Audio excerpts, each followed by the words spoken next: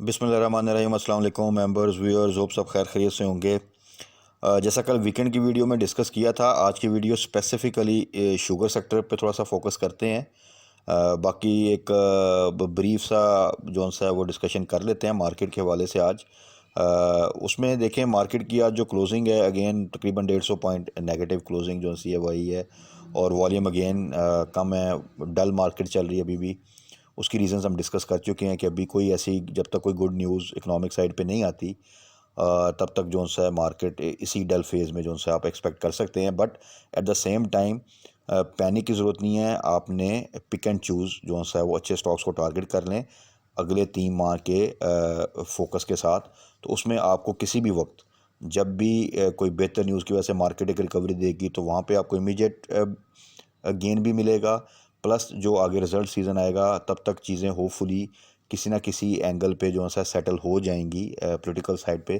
तो वो आइदर एक डिप आके फिर मार्केट अपने आप को सेटल करती है, या कोई अगर एग्रीमेंट हो जाता है विदाउट एनी काइंड ऑफ आप कह सकते हैं फर्दर इंस्टेबिलिटी, तो उसमें फिर फर्दर ये है कि मार्केट यहीं से अपनी एक रिदम जो है वो बना लेगी। तो दोनों सूरतों में अगर आपने अच्छे लेवल पे अच्छे स्टॉक्स को लिया होगा तो अल्टीमेटली अगर आप उनको 3 माह का टारगेट करके चलते हैं तो एक अच्छा गेन जो है वो आप एक्सपेक्ट कर सकते हैं।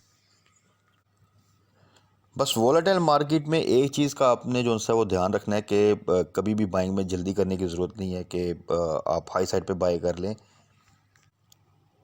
बल्कि हमेशा वेट करें जो आपने टारगेट सेट किया हुआ है जिन रेट्स पे आपने बाय करना है, क्योंकि वोलेटाइल मार्केट में वो चांस आपको मिल जाएगा। थोड़ा सा आपको पेशेंस के साथ वेट करना पड़ेगा, क्योंकि वहाँ पे जब आप बाय करेंगे लो साइड पे तो फिर आपकी प्रोबेबिलिटी बहुत ज़्यादा इंक्रीज़ कर जाती है कि जैसे ही थोड़ा सा बाउंस बैक आएगा या रिकवरी आएगी तो वहाँ पे आप कुछ ना कुछ गेन कर लेंगे।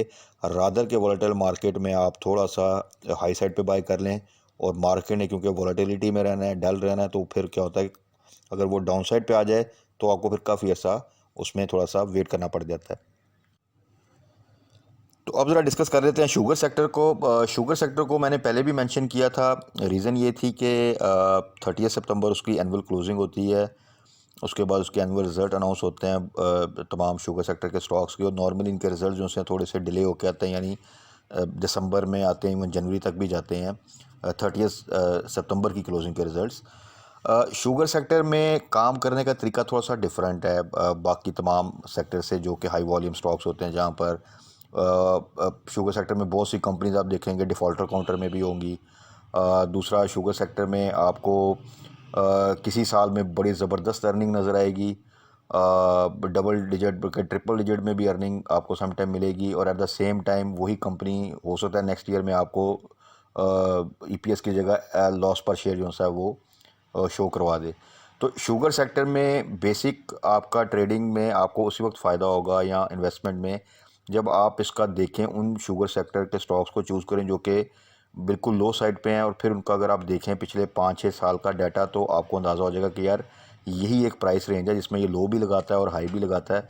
तो वहाँ पे आप उसको टारगेट करें, और वहाँ से फिर इसको आप प्राइस सेट कर लें कि मैंने इसकी जो प्रॉफिट टेकिंग है वो एक सर्टन 25% के ऊपर जब मुझे प्रॉफिट मिलेगा वहाँ पे कर लेनी है, या 50% पे कर लेनी है। तो इस तरह आप उसको टारगेट करेंगे तो फिर आपको एक अच्छा गेन जो है वो मिल सकता है।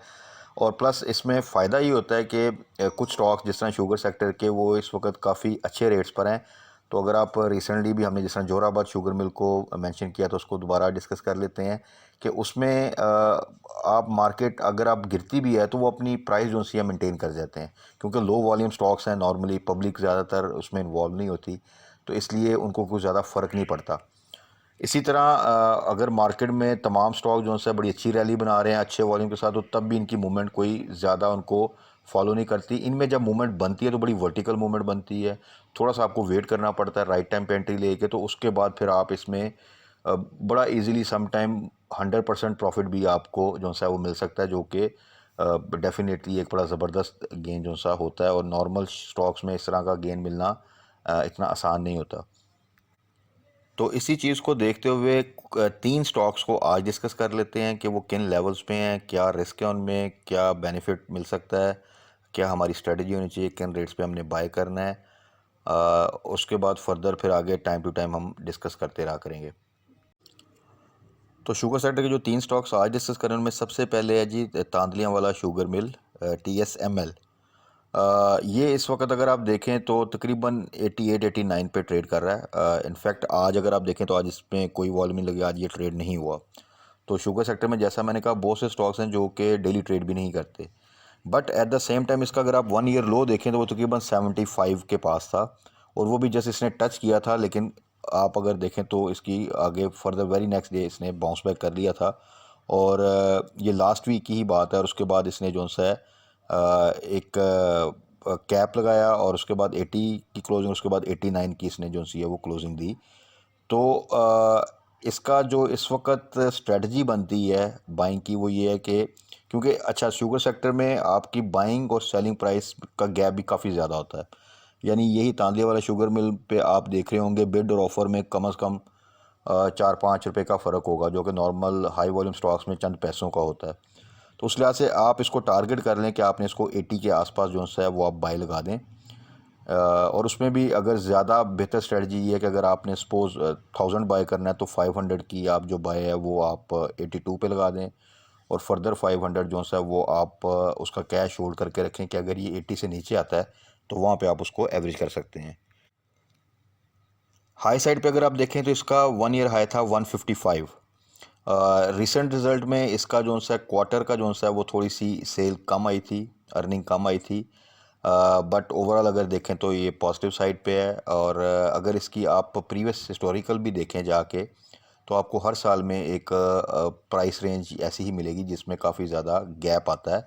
यानी लो साइड जो सी अगर आप देखें और हाई साइड उस ईयर का तो वो काफ़ी ज़्यादा उसमें गैप नज़र आएगा, और यही फ़ायदा है और यही चीज़ बताती है कि इस वक्त राइट टाइम है कि जिसमें आप इसको टारगेट कर सकते हैं। तो यहाँ पे बहुत ज़्यादा इन्वेस्टमेंट की ज़रूरत नहीं है, बट एटलीस्ट अगर आप 1000 शेयर का भी टारगेट रख के चलें, और यहाँ से अगर आप इसको मिनिमम टारगेट भी जो है ना वो आप रख लें, अभी सेट कर लें, अभी प्रेजेंट सिनेरियो में जो इसकी प्राइस अगर आप 80 के आसपास आपको मिलता है तो आप 110 प्लस के ऊपर रख लें प्रॉफिट टेकिंग, या वहाँ पे फिर आप स्टॉप लॉस के साथ होल्ड करें। तो मेरा ख्याल है आने वाले 1 माह में आपको अच्छा खासा गेन जो है वो मिल सकता है, जो कि परसेंटेज वाइज भी बड़ा अच्छा गेन बनता है। और अगर आप होल्डिंग भी देखें तो इस वक्त आपको ये तमाम जो हम डिस्कशन कर रहे हैं प्रॉफिटेबिलिटी की, ये समझ लें 1 से 2 माह का टाइम है जिसमें ये प्राइस अचीव हो सकती है। और वर्स्ट के सिनेरियो अगर आप देखें तो मिनिमम साइड पे अगर आप देखें तो वही 75, तो अगर आप 80 पे जिस तरह का हमने डिस्कस किया वहाँ पे 82 पे बाय करते हैं हाफ क्वांटिटी, तो फर्दर अगर डिप आता है तो वहाँ पे आप एवरेज कर सकते हैं। सो रिस्क फैक्टर बहुत कम है, जबकि गेन की प्रोबेबिलिटी काफ़ी अच्छी है। उसके बाद है जी नेक्स्ट वन जोराबाद शुगर मिल। इसको हम पहले भी मेंशन कर चुके हैं, अगेन अभी बड़ी अच्छी बाइंग प्राइस पे है, और ये कंपैरेटिवली डेली ट्रेड होने वाला स्टॉक है शुगर मिल में, जिसमें बहुत अच्छे वॉल्यूम तो नहीं लगते, लेकिन एटलीस्ट ये है कि ये नॉर्मली अगर आप देखें तो ट्रेड इसका तकरीबन अगर आप देखें तो डेली ट्रेड हो जाता है। इसका भी अगर आप रेंज देखें 1 ईयर तो वो 12.85 तकरीबन 13, और जो हाई साइड है वो तकरीबन 27 है। तो उस लिहाज से अगर आप देखें तो ये अभी लो साइड पे है, और यही इसका अगर आप देखें रिसेंट मंथ्स में तो यही मिनिमम लगता है। मार्केट अगर बहुत ज़्यादा डिप भी लेती है तो इसमें जो सा है अगर आप देखें तो इसने अभी तक जो सा है वो अपनी इस प्राइस को काफ़ी हद तक मेंटेन किया है। तो 15 बिलो बेस्ट प्राइस है जहाँ पे आप बाय कर सकते हैं। इसकी बोर्ड मीटिंग की अनाउंसमेंट हो चुकी है, 19 दिसंबर को इसकी बोर्ड मीटिंग है, तो आने वाले दिनों में आप इसमें एक मूवमेंट एक्सपेक्ट कर सकते हैं। तो मेरा ख्याल है कि तकरीबन अगर हफ्ते का टारगेट लेके भी चलें तो अगर इसमें आपको 2-3 रुपये मिल जाते हैं तो वो एक छोटे स्टॉक में जो प्रेजेंट सिनेरियो है, जितनी डल मार्केट है उसमें बड़ी अच्छी आपकी एक ट्रेड बन सकती है। तो जोराबाद शुगर मिल को आप इजीली जो सा है शॉर्ट टर्म बिल्कुल जिसे कहते हैं आप less than a week time में भी आपको जो सा है वो मेरा ख्याल है कि 2-3 रुपये का गेन मिल सकता है। जबकि रिस्क फैक्टर जो सा वो बहुत मिनिमम है, तो इसको तो आप टारगेट इमीडिएटली कल आप कर सकते हैं। बट अगेन क्योंकि लो वॉल्यूम स्टॉक है तो बहुत हैवी क्वांटिटी ख़रीदने की ज़रूरत नहीं है, आप एक certain portion of your investment वो आप इसमें इन्वेस्ट कर सकते हैं। नेक्स्ट वन है जी आदम शुगर मिल।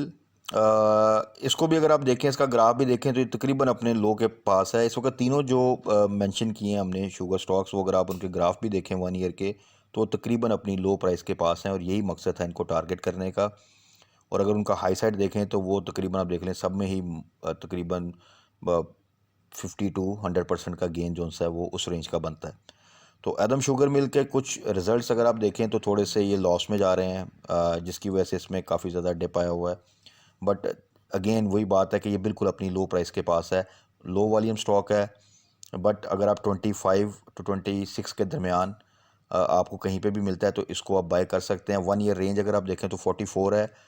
उस लिहाज से भी अगर देखें तो बड़ा ज़बरदस्त गेन मिल सकता है और इसमें एटलीस्ट आप 5-6 रुपये का गेन तो एक्सपेक्ट कर सकते हैं, जैसे इसकी आगे फर्दर अनाउंसमेंट आएगी और एक जो रैली है थोड़ी सी इसमें मिलेगी आपको।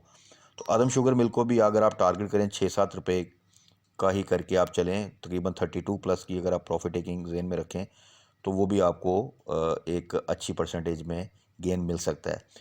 प्लस ये तमाम जो स्टॉक्स हैं अगर इनके एवर हाई देखें तो वो काफ़ी ज़्यादा हैं। ये सिर्फ 1 ईयर हाई की बात हो रही है और 1 ईयर में अगर आप देखें तो शुगर सेक्टर में कोई ज़्यादा अच्छी रैली नहीं बनी, बल्कि ये काफ़ी डिप्रेस रहा है ये सेक्टर।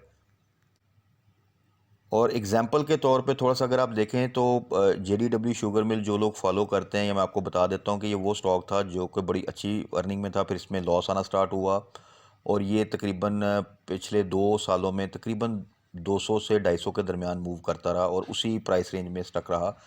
और अगर आप रिसेंटली देखें तो इसने फिर एकदम ग्रो किया और फिर ये 400+ से ऊपर चला गया। तो शुगर सेक्टर में ऐसी वर्टिकल मूवमेंट ही बनती है। सिर्फ आपने टारगेट करना होता है जब ये लो प्राइस के पास हो और वहाँ पे थोड़ा सा होल्ड करना होता है, तो उसके बाद जब भी मोमेंट बनेगी तो आपको बड़ा अच्छा जो सा गेन मिल जाएगा विद मिनिमम रिस्क। और यही हमारी स्ट्रेटजी है कि इस सेक्टर में हम अपना रिस्क फैक्टर को मिनिमम रखते हुए कुछ इन्वेस्टमेंट का पोर्शन कुछ स्टॉक्स में जो कि बड़ी लो प्राइस पे अवेलेबल हैं उनमें इन्वेस्ट कर सकते हैं। तो ये तो थी जी आज की वीडियो, स्पेसिफिकली कुछ शुगर सेक्टर के स्टॉक्स को टारगेट किया और टारगेट उन्हीं को किया है जो कि इस वक्त बिल्कुल अपनी 1 ईयर लो के पास हैं और वो प्राइस है जहाँ पर वो काफ़ी अरसे से नेगेटिव मार्केट में भी सस्टेन कर रहे हैं। तो यहाँ से बाउंस बैक के चांसेस प्रोबेबिलिटी बहुत हाई है। और क्योंकि अभी इनके रिज़ल्ट अनाउंसमेंट और ऐसी पीरियड आ रहा है जो कि करीब है, तो नियर फ्यूचर में ही एक अच्छी मूवमेंट इनमें बन सकती है।